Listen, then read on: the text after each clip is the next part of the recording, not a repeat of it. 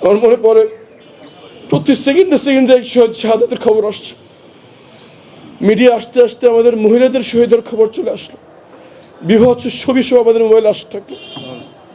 আমার দায়িত্ব ছিল আন্তর্জাতিক অঙ্গনে যোগাযোগের করার। তার উপরে নির্দেশ তড়িঘড়ি করে একটা রায় দিতে হবে। শিরোনাম হয়েছিল গভর্নমেন্ট গেছে পাগল হইয়া, তারা একটি রায় চায়। এটাই ছিল স্কাইপের কথাবার্তা সেই জিয়াউদ্দিনের সাথে নিজামুদ্দিন নাসিমের। আমি স্মরণ করি শরীফ ওসমান হাদিকে, যে কিনা সত্যের কথা বলতে যে জীবন দিয়েছে। আল্লামা সাঈদী তার স্টেজের মধ্যে কথাটা বলতেন যে গুলি আসবে বুক পেতে নেব। একটি কথা তো খুবই বিখ্যাত ছিল, 500 বছর বিড়ালের মতন বেঁচে থেকে কোনো লাভ নাই, 1 ঘন্টা সিংহের মতন বাঁচতে চাই। পাবলিক পরিসরে সে আলোচনাগুলো হয়নি। 2013 সালের 28শে ফেব্রুয়ারি পুরো রাষ্ট্রযন্ত্রকে এক করে দেশের নাগরিককে গণহত্যার জন্য তারা লেলিয়ে দিয়েছিল। আমরা দেখতে পেয়েছি একদিনে প্রায় শতাধিক মানুষকে হত্যা করা হয়েছে।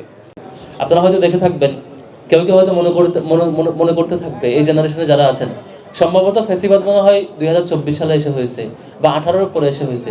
বিষয়টা এমন না, সেই 2012-13 সাল থেকে শুরু করেই আমরা এগুলো ফেস করে আসছি।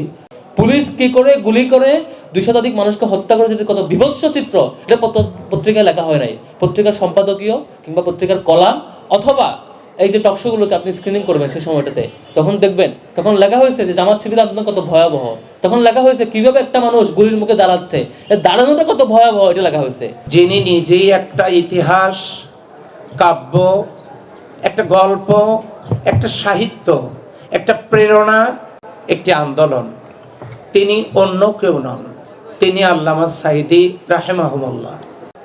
বেশ কিছুদিন আমি তার সফর সঙ্গে ছিলাম। তার অনুপ্রেরণায় কোরআনের ময়দানে আমি 30টি বছর কথা বলেছি। আপনাদের কাছে আমার একটা প্রশ্ন, যে আমরা সকলে বাংলাদেশের এই গৌরবোজ্জ্বল স্বাধীনতার ইতিহাস, এই ইতিহাসকে তো আমরা শ্রদ্ধা করি, ভালোবাসি, হৃদয়ের গভীর থেকে ভালোবাসি, এবং জীবনের এই শরীরের যে রক্ত, প্রতিটি ফোঁটা রক্তবিন্দু দিয়ে ভালোবাসি, এবং বুক ফুলিয়ে চলি। এই বাংলাদেশ, আমাদের মুরব্বীরা এই দেশকে স্বাধীন করেছে, দেশকে মুক্ত করেছে হানাদার বাহিনীর কাছ থেকে। আমরা পরবর্তী প্রজন্ম, আমরা এর একটা সঠিক ইতিহাস গোটা জাতির কাছে পেতে পারতাম, কিন্তু এই ইতিহাসকে অতীতে যারা ক্ষমতায় ছিলেন তারা ইতিহাসকে নিজের মতন করে ব্যবহার করছে। আজকে আমি স্মরণ করি শরীফ ওসমান হাদিকে, যে কিনা সত্যের কথা বলতে যে জীবন দিয়েছে। আল্লামা সাঈদী তার স্টেজের মধ্যে কথাটা বলতেন যে গুলি আসবে বুক পেতে নেব। একটি কথা তো খুবই বিখ্যাত ছিল, 500 বছর বিড়ালের মতন বেঁচে থেকে কোনো লাভ নাই, 1 ঘন্টা সিংহের মতন বাঁচতে চাই।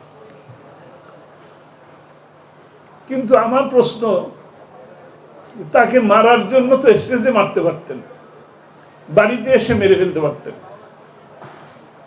আমার গৌরবোজ্জ্বল ইতিহাসকে বিকৃত কেন করলেন?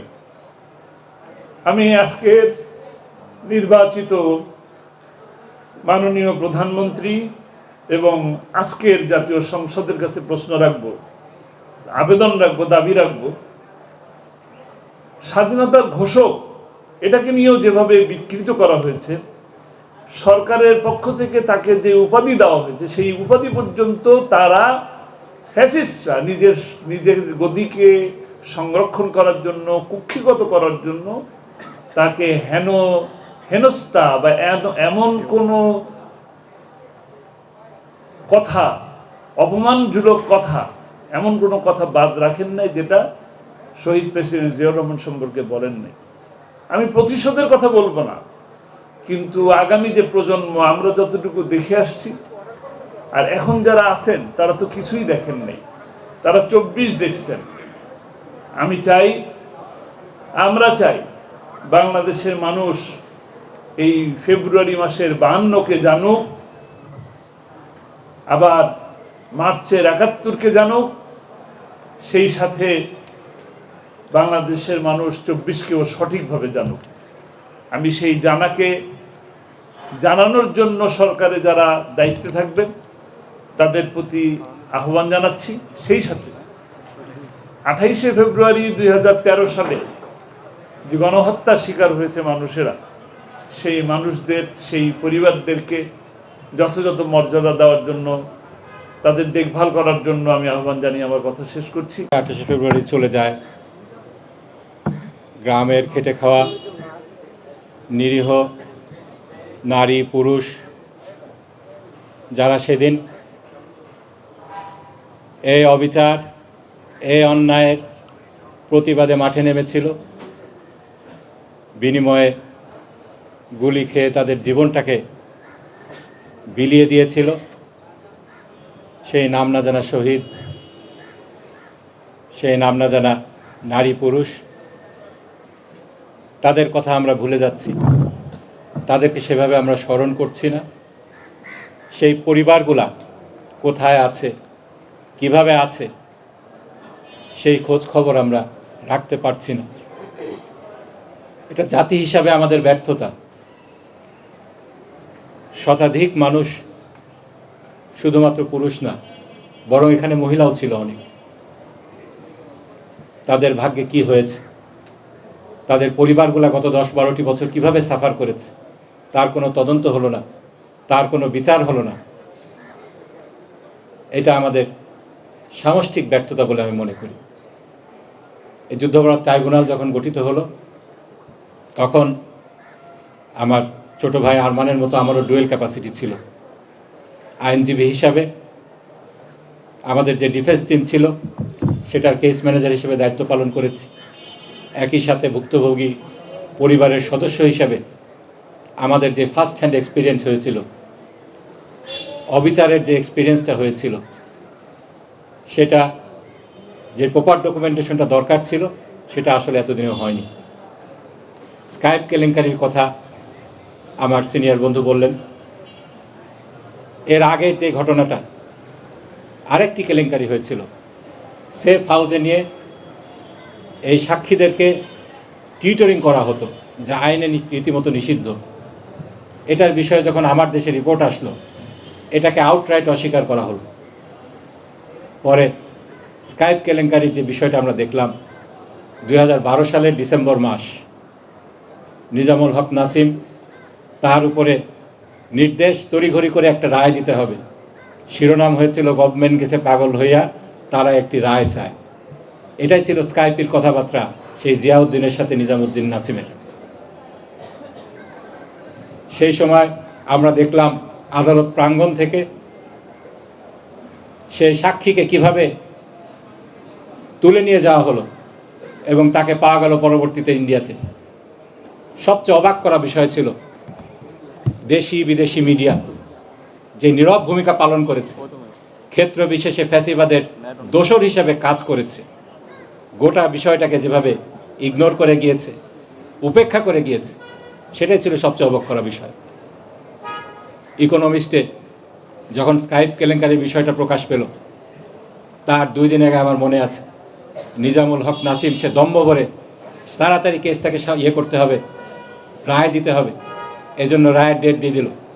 কিন্তু পরবর্তীতে ইকোনমিক্সে যখন এই স্কাইপ কেলেঙ্কারির ঘটনা আসলো, সে 11 তারিখে তাকে রিজাইন করতে বাধ্য হলো। সে পরবর্তীতে ফজলে কবিরকে সেই ট্রাইব্যুনাল 1-এর চেয়ারম্যান হিসেবে নিয়োগ দেওয়া হলো এবং আমরা দেখলাম ফেব্রুয়ারিতে সেই রায়টি দেওয়া হলো। আমার সিনিয়র বন্ধু ব্যারিস্টার ইমরান সিদ্দিকী যথার্থই বলেছেন, এই মামলায় যত অসঙ্গতি ছিল, অন্য কোনো মামলায় এরকম অসঙ্গতি আমরা দেখিনি। তা সত্ত্বেও সম্পূর্ণ অন্যায়ভাবে, একটা খালি ঘটনা বলি, ইব্রাহিম কুট্টি নামে একজনকে হত্যা করা হয়েছে। সেই হত্যার পরিপ্রেক্ষিতে একটা এফআইআর দাখিল হয়েছিল। সেই এফআইআরটা আমরা কোর্টে দাখিল করেছি। সেটার সত্ত্বেও সেখানে আল্লামা দেলোয়ার হোসেন সাঈদীর নাম ছিল না, এই ঘটনার সাথে তার কোনো সংযোগ ছিল না। তারপরে এই মামলায় তাকে মৃত্যুদণ্ড দেওয়া হয়েছে। এটার যখন আমরা কোর্টে দাখিল করেছি, এটা সত্যতা যাচাই করার জন্য তৎকালীন অ্যাটর্নি জেনারেল স্বয়ং সেই বরিশাল কোর্টে গিয়েছেন, যে এই ডকুমেন্টটা আমরা কিভাবে পেলাম এটা নিয়ে হম্বিতম্বি করেছেন। তারা চুরি করবে, চুরি ধরায় দিতে গেলেও তখন এটা ছিল আমাদের অপরাধ। বিশাব আলী হত্যাকাণ্ডে তার ভাই এর ঘটনার সাথে আল্লামা দেলাওয়ার হোসেন সাঈদী যে জড়িত ছিলেন না, এটা সাক্ষী দেওয়ার জন্য আদালতে এসেছিল, তাকে সেখান থেকে অপহরণ করে নিয়ে যাওয়া হয়েছে। এরকম অবিচারের ঘটনা আমরা প্রত্যেকটা মামলায় দেখেছি। উচ্চতর আদালতকে ধন্যবাদ দিতেই হয়। এটিএম আজহারুল ইসলামের মামলায় শেষ পর্যন্ত স্বীকার করে নেওয়া হয়েছে এটা ছিল ট্রাভেস্টি অফ জাস্টিস, বিচারের সাথে মশকরা, বিচার নামের প্রহসন। এই মামলায় আদালতের পক্ষ থেকে এই ভিকটিমের কাছে ক্ষমা চাওয়া হয়েছে। আমি মনে করি এই মামলায় যাদেরকে, এই ধরনের মামলায় যাদেরকে এইভাবে অন্যায়ভাবে হত্যা করা হয়েছে, বিচারিকভাবে হত্যা করা হয়েছে, প্রত্যেকেই এই রাষ্ট্রের কাছে ক্ষমা, রাষ্ট্রের কাছ থেকে সরি একটা পেতে পারেন এই আদালতের রায়ের আলোকে। এবং আল্লামা দেলাওয়ার হোসেন সাঈদীর রায়ের পরিপ্রেক্ষিতে প্রতিবাদ জানাতে গিয়ে গণহত্যার শিকার, সেদিন ম্যাডাম খালেদা জিয়া দেশের বাইরে চিকিৎসার জন্য ছিলেন, তিনি তড়িঘড়ি করে দেশে ফিরে এসেছিলেন এবং এই ঘটনার প্রতিবাদ জানিয়েছিলেন। আমাদেরকে আজকে এই ঘটনার পূর্ণ তদন্ত সাপেক্ষে যারা দোষী ছিল তাদেরকে বিচারের মুখোমুখি করতে হবে। যে সমস্ত ভুক্তভোগী পরিবার, শহীদ পরিবার, এদেরকে পুনর্বাসন করতে হবে এবং এদেরকে কম্পানসেশন দিতে হবে। এই দাবি জানিয়ে আমার বক্তব্য এখানেই শেষ করছি। ওয়াখিরু দাওয়ানা আলহামদুলিল্লাহি রাব্বিল আলামিন। যে আমরা বলতাম ডিফেন্স টিম, তার একজন সদস্য ছিলাম। আমরা জানতাম ওনার রায় কী হতে চলেছে। ওনার সাক্ষীকে গুম করা হয়েছে, মামলা চলা অবস্থায় আইন পরিবর্তন করা হয়েছে। আমরা যারা নিয়োজিত আইনজীবী ছিলাম তারা বুঝতে পারছিলাম যে রায়টি কোন দিকে যাচ্ছে। আমরা সম্মিলিতভাবে সিদ্ধান্ত নিয়েছিলাম যেহেতু রায়ের দিন হরতাল চলছে, হরতালে আমরা কেউ আদালতে যাব না। আমাদের কিছু রায়টা রিসিভ করার জন্য জুনিয়র আমাদের কিছু আইনজীবী ছিলেন, আর আমরা বাকি সদস্যরা আমাদের আইনজীবীদের নেতা ব্যারিস্টার আব্দুর রাজ্জাক সাহেবের বাসায় আমরা অবস্থান করেছিলাম। এবং যেই মুহূর্তে রায় ঘোষণা হলো তখন জোহরের সময় হয়ে গিয়েছে। আমরা সিদ্ধান্ত নিলাম যে আমরা জোহর নামাজ পড়ে মিডিয়াকে বিবৃতি দিব, রায়ের ব্যাপারে মতামত দেব। রায় ঘোষণা হলো, আমরা নামাজে দাঁড়ালাম। নামাজের মধ্যে টের পাচ্ছে মোবাইল ফোন বারবার বেজে উঠছে, বারবার মেসেজ আসছে। নামাজ শেষ করেই মোবাইল ফোন খুঁড়িয়ে দেখলাম যে 3 জন ভাই শহীদ হয়ে গেছে। আমার মনে পড়ে প্রতি সেকেন্ডে শাহাদাতের খবর আসছে। মিডিয়া আসতে আসতে আমাদের মহিলাদের শহীদের খবর চলে আসলো, বিভৎস ছবি সব আমাদের মোবাইলে আসতে থাকলো। আমার দায়িত্ব ছিল আন্তর্জাতিক অঙ্গনে যোগাযোগের করার। আমি দ্রুত আমার মোবাইলে একটি রিপোর্ট তৈরি করে সব জায়গায় প্রেরণ করছিলাম। আমার হাত কাঁপছিল, চোখ দিয়ে পানি ঝরছিল, নিজের ভিতরে চরম অপরাধবোধ কাজ করছিল যে পাখির মতো নির্বিচারে হত্যা করে মানুষ মারছে, আমরা কিছুই করতে পারছি না। সবচাইতে বেশি অবাক লাগলো মানবাধিকার নিয়ে যারা মুখী ফেনা তোলেন তাদের নিশ্চুপতা দেখে, তাদের এমন নিশ্চুপ, তাদের মুখ দিয়ে একটি আওয়াজও সেদিন বের হয় নাই। শত মানুষকে, নিরাপরাধ নিরস্ত্র পুরুষ, নারী, শিশুকে হত্যা করা হয়েছে। সেটি আওয়ামী ফ্যাসিবাদী সরকার এটি দেখাতে চেয়েছিল যে তাদের পক্ষে কেউ নাই। এই জন্য আইন শৃঙ্খলা বাহিনীকে নির্দেশ দেওয়া হয়েছিল যে ওপেন গুলি করার জন্য, এবং বলা হয়েছিল যে গুলির হিসাব দিবেন, লাশের হিসাব দেওয়ার দরকার নাই। এইভাবে নির্বিচারে হত্যা করা হয়েছিল। আমাদের যথেষ্ট আমরা চেষ্টা করেছি আন্তর্জাতিক মহলকে বিপদে ইনফর্ম করার জন্য। জাতিসংঘ থেকে সবকটি মানবাধিকার সংগঠন এই নিয়ে বিবৃতি প্রকাশ করেছিলেন, কিন্তু বাংলাদেশের একটি মানবাধিকার সংগঠন নিয়ে একটি কথা বলে নাই। বাংলাদেশের একজন মানবাধিকার কর্মী এটা উচ্চারণও করে নাই। এটাই আমাদের সমাজ ব্যর্থতা, মানবাধিকার কর্মীদের ব্যর্থতা, যে আমরা কিছু মানবাধিকার বিষয়ে কথা বলি, কিছু বিষয়ে মুখে কুলুপ পেরে থাকি। আমরা সেই বাংলাদেশের স্বপ্ন দেখি যেখানে সকল মানবাধিকারের বিষয়ে আমরা এইভাবে আওয়াজ তুলব। আমরা দেখবো না কে কোন দলের, আমরা দেখবো না কে কোন মতাদর্শের, আমরা দেখবো না কে কোন ধর্মের, আমরা দেখবো না কে কি কাপড় পরে, কে কেউ কার গায়ের রং কি, কার চেহারা কি। আমরা দেখবো শুধু মানুষ, এবং একজন মানুষের মানবাধিকার ক্ষুণ্ণ হলে আমরা সবাই এমনভাবে দাঁড়িয়ে যাব যেন আমার মানবাধিকার ক্ষুণ্ণ হয়েছে। সেই সমাজ দেখে যাওয়া তৌফিক সৃষ্টি করতে আমাদের দিন। সেই সমাজ অর্জনের জন্য সবাইকে আহ্বান জানাই, আসুন সবাই মিলে গড়ি নতুন বাংলাদেশ। আসসালামু আলাইকুম ওয়া রাহমাতুল্লাহি ওয়া বারাকাতুহু। অসংখ্য ধন্যবাদ। বেদনাদায়ক দিন, একটা ঐতিহাসিক দিন। 28শে ফেব্রুয়ারি বাংলাদেশের ইতিহাসে একটি রক্তাক্ত দিন। আমরা অনেকগুলো দিন নিয়ে, দিবস নিয়ে উদযাপন করি এবং সেগুলো উদযাপন করা দরকার, কিন্তু 28শে ফেব্রুয়ারি বাংলার জমিনে যেভাবে রক্ত ঝরেছে, যেই গণহত্যা হয়েছে, যেই শিশু হত্যা হয়েছে, সর্বস্তরের নাগরিকদেরকে যেভাবে হত্যা করা হয়েছে, সেটা নিয়ে যেভাবে আলোচনা করা দরকার ছিল পাবলিক পরিসরে, সেই আলোচনাগুলো হয়নি। 2013 সালের 28শে ফেব্রুয়ারি আল্লামা দেলোয়ার হোসেন সাঈদী হুজুরের রায় পরবর্তী সারা দেশের মুক্তিকামী ছাত্র জনতা রাজপথে নেমেছিল। সেদিন খুনি হাসিনা এবং তার পেটোয়া বাহিনী, একই সাথে নিষিদ্ধ ছাত্রলীগ, যুবলীগ, আওয়ামী লীগ, পুরো রাষ্ট্রযন্ত্রকে এক করে দেশের নাগরিককে গণহত্যার জন্য তারা লেলিয়ে দিয়েছিল। আমরা দেখতে পেয়েছি একদিনে প্রায় শতাধিক মানুষকে হত্যা করা হয়েছে, হাজার হাজার মানুষ পঙ্গু হয়েছে, এবং এটা সপ্তাহব্যাপী গণহত্যা সংগঠিত হয়েছে। প্রায় 2 শতাধিক নাগরিক হত্যা করা হয়েছে এবং প্রায় হাজার হাজার নাগরিকদেরকে পঙ্গু করা হয়েছে। এখন অসংখ্য আমাদের ভাই বোনরা তারা হাসপাতালে ভিতরে কাতরাচ্ছেন, চোখ হারিয়েছেন, হাত হারিয়েছেন, পা হারিয়েছেন। তো এই যে 28শে ফেব্রুয়ারির যে লিগাসি, যে আজাদির যে লড়াই, আগ্রাসনের বিরুদ্ধে, আধিপত্যবাদের বিরুদ্ধে যে সংগ্রাম, যে লড়াই আমাদেরকে শিখিয়েছেন আমাদের নেতা আল্লামা দেলোয়ার হোসেন সাঈদী হুজুর, সেই লড়াইয়ের উপর ভিত্তি করে কিন্তু 24শে জুলাই বিপ্লব হয়েছে। 24শে জুলাই বিপ্লবের যে শহীদরা আছে, শহীদদের ইমাম বলে আমরা শহীদ আবু সাঈদ, শহীদ ওয়াসিম, শহীদ আলী রায়হান, শহীদ শান্ত, শহীদ ইসমাম, অসংখ্য শহীদদের আপনি জীবনী পাবেন যারা আল্লামা দেলোয়ার হোসেন সাঈদী হুজুরের যেই আদর্শ, আল্লামা দেলোয়ার হোসেন সাঈদী হুজুরের যেই বয়ান, সেটাকে তারা লালন করত, সেটা ধারণ করত, এবং তাদের ফেসবুক স্ট্যাটাসের মাধ্যমে তারা ওই সময়ে তাদের আকাঙ্ক্ষার কথাগুলো বলেছে। আল্লামা দেলোয়ার হোসেন সাঈদী হুজুরকে যখন শহীদ করা হচ্ছিল, তখন শহীদ ইসমাম বলেছিল, আল্লাহ তুমি আমাকে এভাবে শহীদ করো, এই বাংলায় যেন আমি আজাদি এনে দিতে পারি। তো সেই ইসমাম 2024-এর জুলাই বিপ্লবে তিনি শহীদ হয়েছেন। শহীদ আবু সাঈদের স্ট্যাটাস থেকে আমরা দেখতে পেয়েছি। তো এই যে জুলাই বিপ্লব, এই জুলাই বিপ্লব এটা একদিনে হয়নি, এটা দীর্ঘদিনের মানুষের লড়াই সংগ্রাম আছে, অসংখ্য মানুষের রক্ত, তাদের স্যাক্রিফাইসের মাধ্যমে আজকে জুলাই বিপ্লব পেয়েছি। এবং এই জুলাই বিপ্লবের অন্যতম যেটা হচ্ছে আমাদের পাটাতন তৈরি করে দিয়েছে, সেটা হচ্ছে 28শে ফেব্রুয়ারি। তো সে কারণে এই 28শে ফেব্রুয়ারি নিয়ে, 28শে ফেব্রুয়ারি গণহত্যা নিয়ে আমাদের অনেক বেশি পাবলিক পরিসরে আলাপ হওয়া দরকার, কথা বলা দরকার। আমরা আজকের এই দিনে ঢাকা বিশ্ববিদ্যালয় কেন্দ্রীয় ছাত্র সংসদ এবং বাংলাদেশের ছাত্র সমাজের পক্ষ থেকে 28শে ফেব্রুয়ারির সকল শহীদদের শ্রদ্ধার সাথে স্মরণ করছি।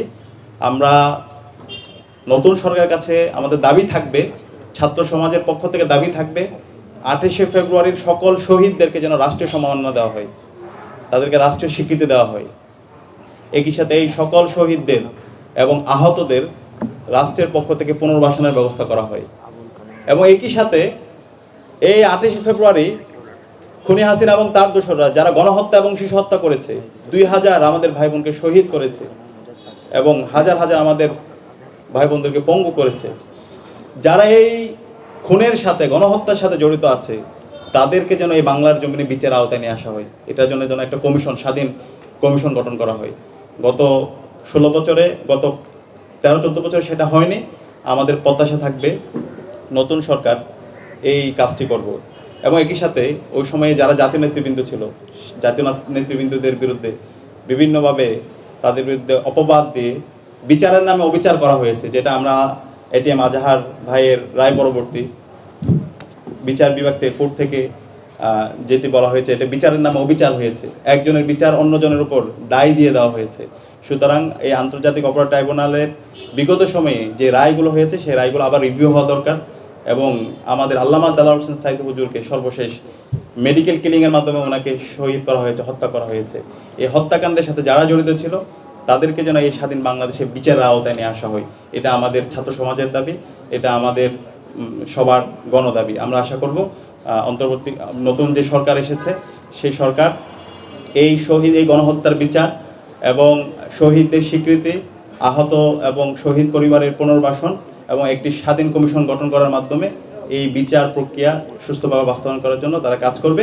এবং এটির সাথে আল্লামা দেলোয়ার হোসেন সাইদ হুজুর আমাদেরকে যে আজাদির লড়াই শিখিয়ে গেছে, যে ইনসাফের লড়াই আমাদেরকে শিখিয়েছেন, ভারতীয় আধিপত্যবাদের বিরুদ্ধে, আগ্রাসনের বিরুদ্ধে তিনি যেভাবে প্রতিরোধ জারি রেখেছেন, সেই লড়াই সংগ্রাম যেন আমরা জারি রাখি, তার উদাত্ত আহ্বান জানিয়ে আমি আমার কথা এখানে শেষ করছি। আসসালামু আলাইকুম। সরাসরি পুলিশ গুলি করে যাকেই পায় তাকে হত্যা করে দেশব্যাপী। অল্প কয়েকদিনের ব্যবধানে 2 শতাধিক মানুষকে শহীদ করা হয়। এগুলো হচ্ছে পত্রিকায় প্রকাশিত তথ্য অনুযায়ী। এর বাইরে আরো কত মানুষ নিহত হয়েছেন যাদের লাশ কিংবা যাদের তথ্য আমরা পত্রিকাগুলোতে পাই নাই কিংবা এগুলো প্রকাশিত হয় না। এর বাইরে অসংখ্য মানুষ এরকম শহীদ হয়েছেন।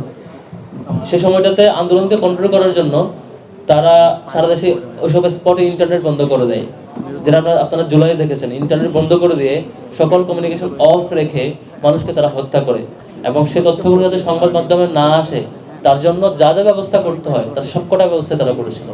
আপনারা হয়তো দেখে থাকবেন, কেউ হয়তো মনে করতে থাকবে, এই জেনারেশনে যারা আছেন, সম্ভবত ফ্যাসিবাদ মনে হয় 2024 সালে এসে হয়েছে বা 18-এর পরে এসে হয়েছে। বিষয়টা এমন না, সেই 2012-13 সাল থেকে শুরু করেই আমরা এগুলো ফেস করে আসছি। তখন থেকেই এই আওয়ামী লীগের ভয়াবহ ফ্যাসিবাদী আচরণ যতভাবে করা যায় প্রত্যেকটা জিনিসের ভিকটিম ছিলাম ইসলামী ছাত্র শিবির সহ অন্যান্য ইসলামপন্থী যে সংগঠনগুলো ছিল, অ্যান্টি ফ্যাসিস্ট যারা রোল প্লে করছিলেন তারা তখন থেকে ভিকটিম ছিলেন। আমরা এখনও সে সময়ের শত শত ভাইরা আছেন যারা হাত পা হারিয়েছেন, আহত হয়েছেন, চোখ হারিয়েছেন, সেই সময়টা কেন্দ্র করে তারা আহত হয়েছিলেন। স্টিল তারা এখনো জীবন্ত সাক্ষী সেই সময়গুলোর। আজকে সময়টাতে এসে ফ্যাসিবাদের ভয়াবহ দিন স্মরণ করতে চাই। সারা বাংলাদেশের সকল শিক্ষার্থীকে জানান দিতে চাই যে ফ্যাসিবাদ একদিনে তৈরি হয় না।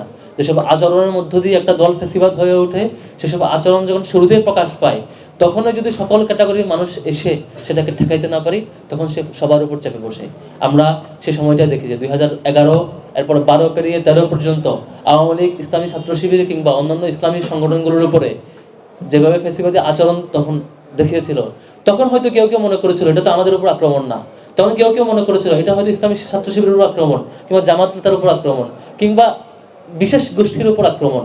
এমন করে ধরে নিয়ে তারা ইন্টারনেট বন্ধ করার প্রতিবাদ করে নাই, তারা প্রকাশ্যে গুলি করার প্রতিবাদ করে নাই, তারা দিন দুপুরে শিশু থেকে শুরু করে বৃদ্ধ পর্যন্ত যে কাউকে হত্যা করার যে ম্যান্ডেট তারা পেয়ে গিয়েছিল প্রকাশ্যে দিবালোকে হত্যা করা, সেটা প্রতিবাদ করে নাই। আপনি দেখে থাকবেন 28 ফেব্রুয়ারি থেকে 5 মার্চ পর্যন্ত এই সময়টার মধ্যে যত টকশো হয়েছে আপনি টকশোগুলো স্ক্রিনিং করবেন, টকশোতে এই বিষয় নিয়ে আলোচনা হয় নাই, পত্রপত্রিকায় আর্টিকেল এটা নিয়ে লেখা হয় নাই, বরং লেখা হয়েছে যে তাদের আন্দোলন কত ভয়াবহ এটা নিয়ে লেখা হয়েছে। পুলিশ কি করে গুলি করে 2 শতাধিক মানুষকে হত্যা করেছে এটা কত বিভৎস চিত্র, এটা পত্রিকায় লেখা হয় নাই। পত্রিকার সম্পাদকীয় কিংবা পত্রিকার কলাম অথবা এই যে টকশোগুলোকে আপনি স্ক্রিনিং করবেন সেই সময়টাতে, তখন দেখবেন তখন লেখা হয়েছে যে জামাত শিবির আন্দোলন কত ভয়াবহ, তখন লেখা হয়েছে কিভাবে একটা মানুষ গুলির মুখে দাঁড়াচ্ছে, দাঁড়ানোটা কত ভয়াবহ এটা লেখা হয়েছে, পুলিশ কত ভয়াবহ গুলি করছে সেটা লেখা হয় নাই। অর্থাৎ তখন পত্রপত্রিকা, তখন সুশীল সমাজ, আমরা তার বুদ্ধির চাষ করে যেসব বুদ্ধিজীবী, সব বুদ্ধিজীবী মহল কিংবা এই বিশ্ববিদ্যালয়ের শিক্ষক মহল থেকে শুরু করে প্রত্যেকটা মহলে তখন আলোচনা হয়েছে যে এই আন্দোলনটা কত ভয়াবহ, অন্যায়ের বিরুদ্ধে আন্দোলন করা কিংবা জীবন দিতে পারাটা কত ভয়াবহ সেটা চিত্রায়িত করা হয়েছে। তার আউটপুট আমরা পেয়েছি কি তখন 200 মানুষ জীবন দিয়েছে, 200-250 মানুষের জীবন দেওয়াটা আপনারা তখন প্রতিবাদ করেন নাই, তখন তাদের পক্ষে দাঁড়ান নাই, বিনিময়ে পুরো জাতি সহ আমাদেরকে 2000 মানুষকে শহীদ হওয়া লাগছে। এই হাজার হাজার মানুষ শহীদ হওয়া লাগছে গত জুলাই। যদি তখন আমরা থামাতাম, আমরা মাঠে নামতাম, হয়তো আওয়ামী লীগ এত ভয়ঙ্কর ফেসিবাদ হইতে পারতো না, তখন আমরা এত মানুষকে জীবন দিতে হইতো না 24-এ এসে। সেজন্য বিনীত অনুরোধ থাকবে, আজকের দিনের শিক্ষা হচ্ছে আজকে ইসলামী ছাত্র শিবির ঢাকা বিশ্ববিদ্যালয় শাখা এই দিন থেকে কেন স্মরণ করছে, কেন আবার এই প্রোগ্রামটা করছে, কারণ আজকে শিক্ষা হচ্ছে একটা দল ফেসিবাদ যখন হইতে চায় শুরুতে থামায় দিতে হয়, জীবন দিতে হইলে শুরুতে জীবন দিতে হয়, শুরুতে রাস্তায় নামতে হয়। রাস্তায় নামার সময় দল বিবেচনা করা উচিত না, কোন দল ভিকটিম হইলো, তাদেরকে মারা হইলো সেই বিবেচনা না করে দল মত বয়স নির্বিশেষে সবাইকে রাস্তায় নেমে এই ফেসিবাদকে প্রতিহত করতে হয়। না করলে পরে এমন একটা সময় আসে তারা অপর দলকে ধরে, একদিন এক দলকে ধরতে এক সময় পুরো আপামর জনতাকে ধরে, তখন আর অপশন থাকে না, দেয়ালে পিঠ থেকে যায়। এভাবেই দিনের ইলেকশন রাতে করে, কারচুপি করে, আপনি কিছু বলতে পারেন না। সম্মানিত বন্ধুগণ, শেষ করছি, শিক্ষা একটাই, সে শিক্ষা হচ্ছে আমরা আর কাউকে ফেসিবাদ হইতে দেব না। যে সকল আচরণ আমরা আওয়ামী লীগকে দেখেছিলাম, যে সকল সিমটমস আমরা তাদের ফেসিবাদী আচরণের শুরুতে লক্ষ্য করেছিলাম, এখন থেকে কোনো পার্টি সেটা করে থাকলে সেটা শুরুতে থামাইতে হবে। দ্বিতীয়ত, বর্তমান সরকারের প্রতি আহ্বান জানাবো যে গত 15 বছরে যারা ভিকটিম তাদের নিয়ে তো নিশ্চয়ই আপনারা কাজ করবেন বলেছেন। তো 28 ফেব্রুয়ারিকে কেন্দ্র করে, আল্লামা সাঈদীর রায়কে কেন্দ্র করে যেই সিরিয়াসলি সারা দেশের মানুষ শহীদ করা হয়েছে, আহত হয়েছে, তাদের পুনর্বাসন, তাদের ক্ষতিপূরণ এবং সেই বিচারকে রিভিউ করা সহ যেসব বিষয়গুলো করা দরকার সেসব বিষয়গুলো করা দরকার। সে সময়ে বেগম খালেদা জিয়া এটা নিয়ে সরব ছিলেন। আশা করব বেগম খালেদা জিয়ার দল তার পরবর্তী সময়ে ক্ষমতা এসে তার সেই সময়ের চিন্তাগুলোকে লালন করে এখন এই নিরপরাধ মানুষের ভিকটিম হওয়ার বিপরীতে দাঁড়িয়ে যে ন্যায় বিচার কিংবা যেটুকু ফিরিয়ে আনা দরকার, সুযোগ আছে এই সময়টা দেশে, সেটুকু করার আহ্বান রেখে আমি কথা শেষ করছি। আসসালামু আলাইকুম ওয়া রাহমাতুল্লাহ। সেই জনপদ থেকে যেখানে শহীদ আবু সাঈদ ঘুমিয়ে আছেন, সেখান থেকে যখন আমি মুক্ত বাতাসে একটু বুক ভরে নিঃশ্বাস নিতে চাই, তা হয়ে ওঠে না। শহীদ আবু সাঈদের রক্তের ঘ্রাণ, শহীদ মুগ্ধ, আবরার ফাহাদ এবং একটু আগেই যার কবর জিয়ারত করলাম শহীদ ওসমান হাদির রক্ত, সেই ঘ্রাণ আমার নিঃশ্বাসকে যেন আটকে দেয়। আমি তার কথা বলছি যিনি নিজেই একটা ইতিহাস, কাব্য, একটা গল্প, একটা সাহিত্য, একটা প্রেরণা, একটি আন্দোলন। তিনি অন্য কেউ নন, তিনি আল্লামা সাঈদী রাহিমাহুল্লাহ। বেশ কিছুদিন আমি তার সফর সঙ্গে ছিলাম। তার অনুপ্রেরণায় কোরআনের ময়দানে আমি 30টি বছর কথা বলেছি। তার সাড়া জাগানো বক্তব্য, আধিপত্যবাদ বিরোধী বিপ্লবী কণ্ঠ যুগে যুগে শতাব্দীর পর শতাব্দী ধরে আলোড়িত করবে, আন্দোলিত করবে মুক্তিকামী এই জনতাকে। আজকের এই দিনে তার কথা মনে করে আমি বলতে চাই, এমন একজন মানুষ বড় প্রয়োজন ছিল আজকে, যার প্রতিটি বাক্য, প্রতিটি শব্দ চয়ন ছিল অন্যায়ের বিরুদ্ধে। তিনি ছিলেন আপোষহীন, কিন্তু সেই বিচারের নামে প্রহসন, তাকে সহ এদেশের যারা আমাদের প্রেরণার উৎস, তাদেরকে নির্মমভাবে শহীদ করে দেওয়া হয়েছে। সময় এসেছে, সময় আসবে সকল অন্যায়ের জবাব দেয়ার। আজ আমি বলতে চাই, যে মেধাবী মুখগুলো এখন আমার সামনে, তারা নিজেদেরকে এমনভাবে গড়ে তুলবে যাতে করে আধিপত্যবাদ সহ সমস্ত অন্যায়ের বিরুদ্ধে তারা হবে আপোষহীন। আজ খুবই মনে পড়ছে তার কথা। একটা সময় তার মাথাটা আমার বুকের উপরে ছিল কোনো এক সফরে, ভুলতে পারি না তাকে। ঢাকা বিশ্ববিদ্যালয়ের মতো জায়গায় তাকে নিয়ে যখন আলোচনা হয়, তখন এই কথা বলতে দ্বিধা নেই। বর্তমান প্রজন্ম জাগতে শিখেছে, অন্যায়ের বিরুদ্ধে কথা বলতে শিখেছে এবং মুক্তির বাণী সবাইকে পৌঁছিয়ে দিতে শিখেছে। আজ হোক কাল হোক, আল্লামা সাঈদীর স্বপ্ন বাস্তবায়নে এ প্রজন্ম জেগে উঠবে। মানুষ পাবে একটি মানবিক বাংলাদেশ, সুখী সমৃদ্ধশালী দেশ, রক্তাক্ত জনপদ মুক্ত একটি দেশ, একটি মানবিক কল্যাণ রাষ্ট্র। আল্লামা সাঈদী সাহেব যেন থাকেন আমাদের সেই প্রেরণার উৎস হয়ে, আমি সকলকে অনুরোধ জানাচ্ছি, আসুন আমরা সকলে মিলে আল্লামা সাঈদী সাহেবকে নিয়ে স্টাডি করি। এখন তাকে নিয়ে গবেষণা হতে পারে, তাকে নিয়ে সাহিত্য রচনা হতে পারে এমফিল, পিএইচডি, গবেষণার উৎসে তিনি পরিণত হতে পারেন, এবং চলছেও তাই। সময়ের স্রোত থেমে থাকবে না, নিশ্চয়ই আমাদেরকে নিয়ে যাবে সেই মুক্তির মোহনা। সকলকে আজকের আয়োজক এবং উপস্থিতিকে ধন্যবাদ জানিয়ে, কৃতজ্ঞতা জানিয়ে, আল্লামা সাঈদী সাহেব সহ অন্যায়ের বিরুদ্ধে লড়াকু সৈনিকদের আত্মার মাগফিরাত কামনা করে তাদের দেখানো পথেই মঞ্জিলে পৌঁছার উদাত্ত আহ্বান জানিয়ে শেষ করছে আজকের কথা। আসসালামু আলাইকুম ওয়া রাহমাতুল্লাহি ওয়া বারাকাতুহু। অসংখ্য ধন্যবাদ। সেই সব দেশে যেসব মামলা হয়েছিল সেগুলো স্টাডি করার সুযোগ হয়েছে। আমার জানা মতে এমন কোনো মামলা নাই যেখানে এত বেশি